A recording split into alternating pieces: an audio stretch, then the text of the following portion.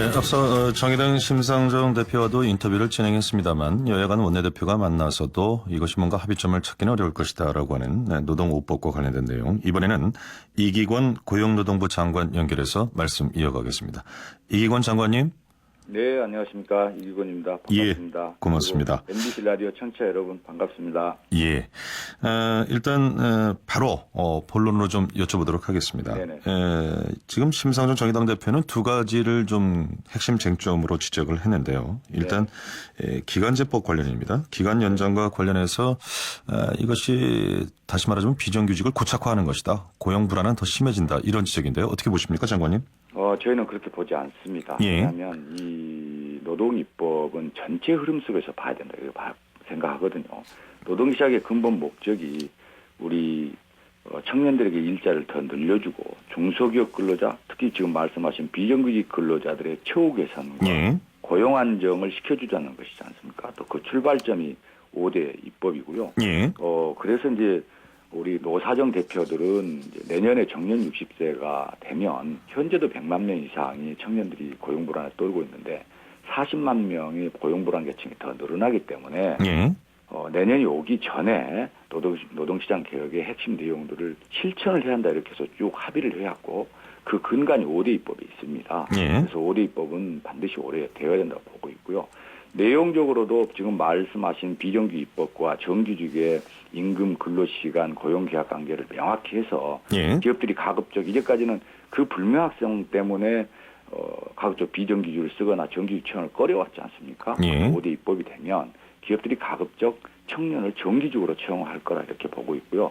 비정규직 부분도 내용적으로 보면 쪼개기 계약 근절을 할지 생명 안전 분야에 있어서 사용 금지를 할지 비정규직을 쓰게 되면 비용이 더 들게 해서 숫자를 줄여가는 쪽으로 설계가 돼 있습니다. 그렇지만 선진국에 있어서도 모두 다를 정규직으로 쓰지는 못하고 있습니다. 일정표를 유연화 차원으로 쓰는 부분이 있는데 우리는 인건비 차원까지 쓰기 때문에 그 부분은 줄여두더라도 유연화 차원에서 사용되고 있는 비정규직에 대해서는 매년 2년마다 고용 불안을 느끼게 하는 건 옳지 않다.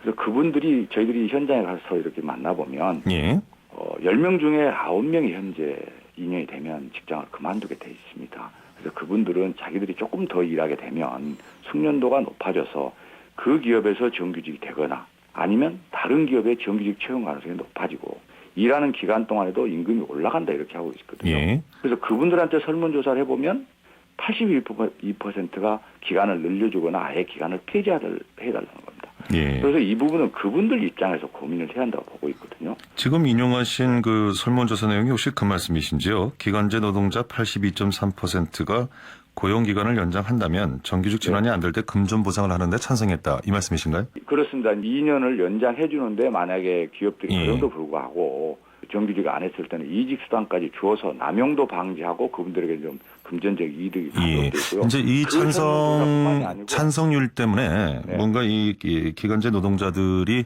기간 연장에 대해서 찬성하는 것처럼 보이지만 실질적으로는 설문 조항 자체가 지극히 제한적이어서 그 선택 안에서는 심상정 대표는 이걸 서서 맞을래 앉아서 맞을래로 표현했습니다만 좀 문제가 있는 애초의 설문이었다 이런 지적을 하더군요. 아니요. 그 설문뿐만이 아니고 최근에 언론사에서도 전문 여론조사 기관하고 다시 설계를 해서 다시 설문조사를 했거든요. 거기에도 마찬가지 나오겠습니다. 알겠습니다. 자, 문제는요. 신뢰도에 대해서는 전혀 문제가 없다 저는 그렇게 말씀드립니다. 알겠습니다. 문제는요. 자, 4년이 끝났습니다. 현장에서 채용 이제 정규직으로 전환을 결정하는 것은 노동자가 아니고 사용주 아니겠습니까? 그렇죠. 자, 그랬을 때 합의해서 하는 거죠. 그랬을 때 지금 현장 상황 앞서 심상정 대표도 지적했습니다만 비정규직의 정규직 전환율이 워낙 낮다 보니까 이게 4년이 됐다고 해서 뭐가 달라지겠느냐 이런 지적인데요. 그 부분을 제가 말씀드린 대로 지금은 정규직 노동시장의 근로시간, 임금, 고용계약 관계가 불확실하기 때문에 기업들이 소위 비정규직 애국보다 더 많이 비정규직을 채용하고 있거든요. 그래서 이번 5법에는 그 정규직 노동시장의 기본 핵심 노동 규율을 투명하게 하고 예측 가능하게 해주게 되지 않습니까? 그래 되면 훨씬 더 이제 뭐 임금이 뭐 같은 일을 하면 비슷하게 줄 수 있게 된다라면 굳이 비정규직을 쓸 필요 없잖아요. 전체적으로 비정규직 채용을 줄이고 정규직 채용으로 가도록 설계가 돼 있고 예. 그러면 이제 지금보다 비정규직 비중이 줄어드는 거죠. 그렇지만 모든 자리가 정규직화 되는 것은 불가능하다. 그러면 예. 거기에 일정 비율은 비정규직이 있을 수밖에 없는데 있는 분들도 고용 안정을 좀 기간을 연장하겠다. 고용 안정을 최고 개선해주고 그 다음에 다른 기업에 가서라도 지금 그렇게 되지 않습니까? 예. 이제 우리가 그래서 청년들은 2년으로 제한한 걸 그대로 유지하고 35세 이상은 이제 원하면 55세는 이제 정규직 비율이 너무 낮기 때문에 예. 그러면서도 저희들이 기본적으로 회사는 그거를 연장을 못하도록 해놨습니다. 예. 근로자가 희망할 때만 하도록 알겠습니다. 했기 때문에 예. 규모는 저희들은 확실히 줄어든다 이렇게 봅니다. 지금 일단 야권에서는 두 가지 주장을 하고 있는 것 같습니다. 이 기간제법과 관련해서요. 첫째는 이 동일 노동, 동일 강도와 동일 전문성을 띠는 강도 노동에 대해서는 동일한 임금을 주는 것이 우선이다. 두 번째는 이것이 기간 연장보다는 비정규직의 기간 연장보다는 애초부터 정규직 채용 비율을 높이는 것이 옳다. 이제 이런 입장인데 그 부분에 대해서는 장관님의 반론이 충분히 됐다고 보겠습니다. 또 하나가 이른바 이제 파견 근무와 관련된 내용입니다. 네. 여러 가지 이제 고용 불안 얘기를 많이 하고 있습니다. 파견법이 개정되면은 한 500만 명 정도가 고용 불안에 내몰릴 것이다. 이렇게 지금 노동계와 야당에서 주장을 하고 있는데요. 반론 듣겠습니다, 장관님. 그 부분은 너무 현실과 동떨어진 주장이다 저는 이렇게 봅니다. 예. 우리나라가 OECD 국가 중에 가장 파견 규제가 강한 국가입니다. 학계에서도 지난달에 다 발표를 했듯이. 예. 그런데 역설적으로 가장 강한 국가인 프랑스는 파견 근로자가 3%에 해당됩니다. 근데 아무런 규제를 하지 않고 있는 영국은 1%대, 미국은 2%대입니다. 현재 우리가 파견이 허용되어 있는 직종이 그 직종 전체 근로자의 1.3% 정도가 파견에 종사를 하고 있습니다. 예. 우리가 이제 파견을 강하게 규제를 하다 보니까 어떤 현상이 이루어지냐면 그 가운데 있던 일자리가 용역이나 하드급파로 많이 흘러갔습니다. 예. 부작용이 크게 나타난 거죠. 그래서 근로 조건이 더 안 좋아지고 있습니다. 그래서 파견을 이번에 이제 저희들이 조금 업종을 더 풀고 있는 부분은 그 용역이나 하드급파로 흘러가 있는 일자리가 좀 더 가운데 일자리로 파견은 아까 우리 그 신행 앵커께서 말씀하신 대로 예. 차별을 못하도록 법의 보호를 받고 있기 때문에 보호받는 영역으로 올라오면서 또 일하는 기간에 안정을 좀 줄 수 있다 이렇게 하자는 거거든요. 예. 예를 하나 들어보겠습니다. 지금 금융권에서 우리 이제 온라인화 되면서 많은 금융 종사자분들이 명예퇴직하고 이렇게 하고 있지 않습니까? 예. 그래서 50대 후반에 이제 퇴직한 이후에 어디에선가 자기 전문성을 가지고 일하고 싶어 합니다.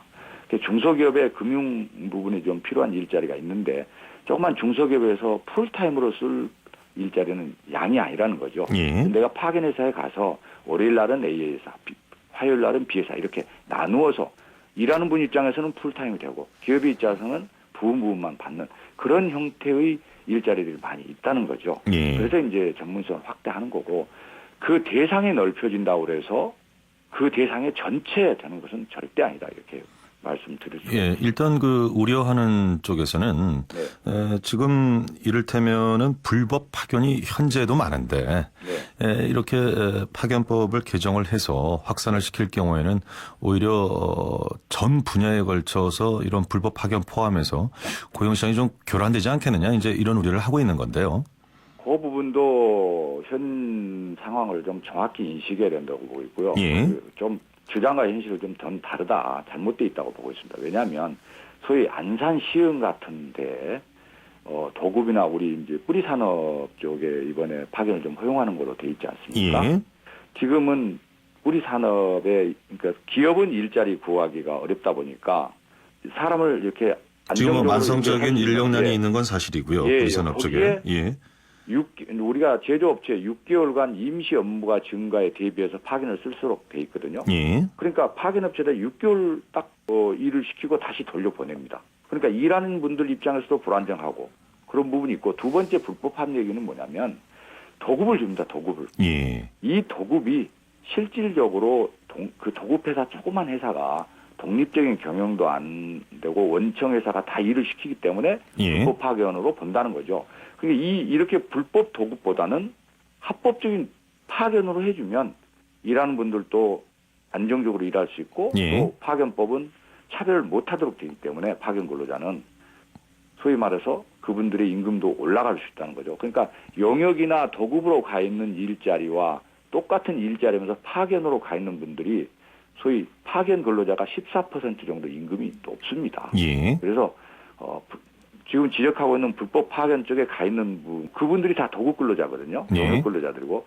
이 부분을 합법적인 알겠습니다. 파견을 해주면 예. 근로 조건도 향상된다. 저희들은 그렇게 보고 있고 예. 우리가 지금 정부 여당에서 내놓은 안을 토대로 한다 해도 일부 저희들이 푸는 거잖아요. 예. 노무현 정부 때 이런 부작용을 감안해서 일부만 제한하고 전부 푸는 안을 정부 국회에 제출한 바가 있습니다. 예. 이 부분을 저희가 푼다 해도 전체 해당되는 업종의 1.3%밖에 안 되기 알겠습니다. 때문에 예. 그럼에도 불구하고 세계에서 가장 강한 파견 보호 내지는 규제를 하고 있다. 저는 그래 봅니다. 짧게 한 20초 정도로 듣겠습니다. 이 좀 심상정 대표는 이런 중요한 문제는 한 4, 5년 좀 뭔가 논의 기간이 필요한데 연내 타결만 너무 강조한다 이런 얘기를 하고 있는데요. 어떻습니까? 저희가 이거는 과거에도 2, 3년 또 작년부터 전문가들과 노사랑 깊이 논의를 했습니다. 예. 노사정위원회에서 공익위원안을 국회에 제출했다는 의미는 과거 우리가 주 5일제 할 때도 그렇고 또 비조기 입법을 할 때도 구체적인 예. 합의가 안 돼서 공익안을 중심으로 저희가 입법이 됐습니다. 따라서 이번에도 더 이상 좁혀질 가능성은 저는 없다고 보고 있습니다. 따라서 공익안으로 갈 필요가 있다 이 말씀이시군요. 알겠습니다. 공익안이 예. 노동계의 의견을 굉장히 많이 반영하고 있다. 저는 그렇게 말씀드리고 예, 장관님 말씀 오늘 여기까지 들어야 되겠군요. 네, 고맙습니다. 네, 감사합니다. 네. 예, 지금까지 이기권 고용노동부 장관이었습니다.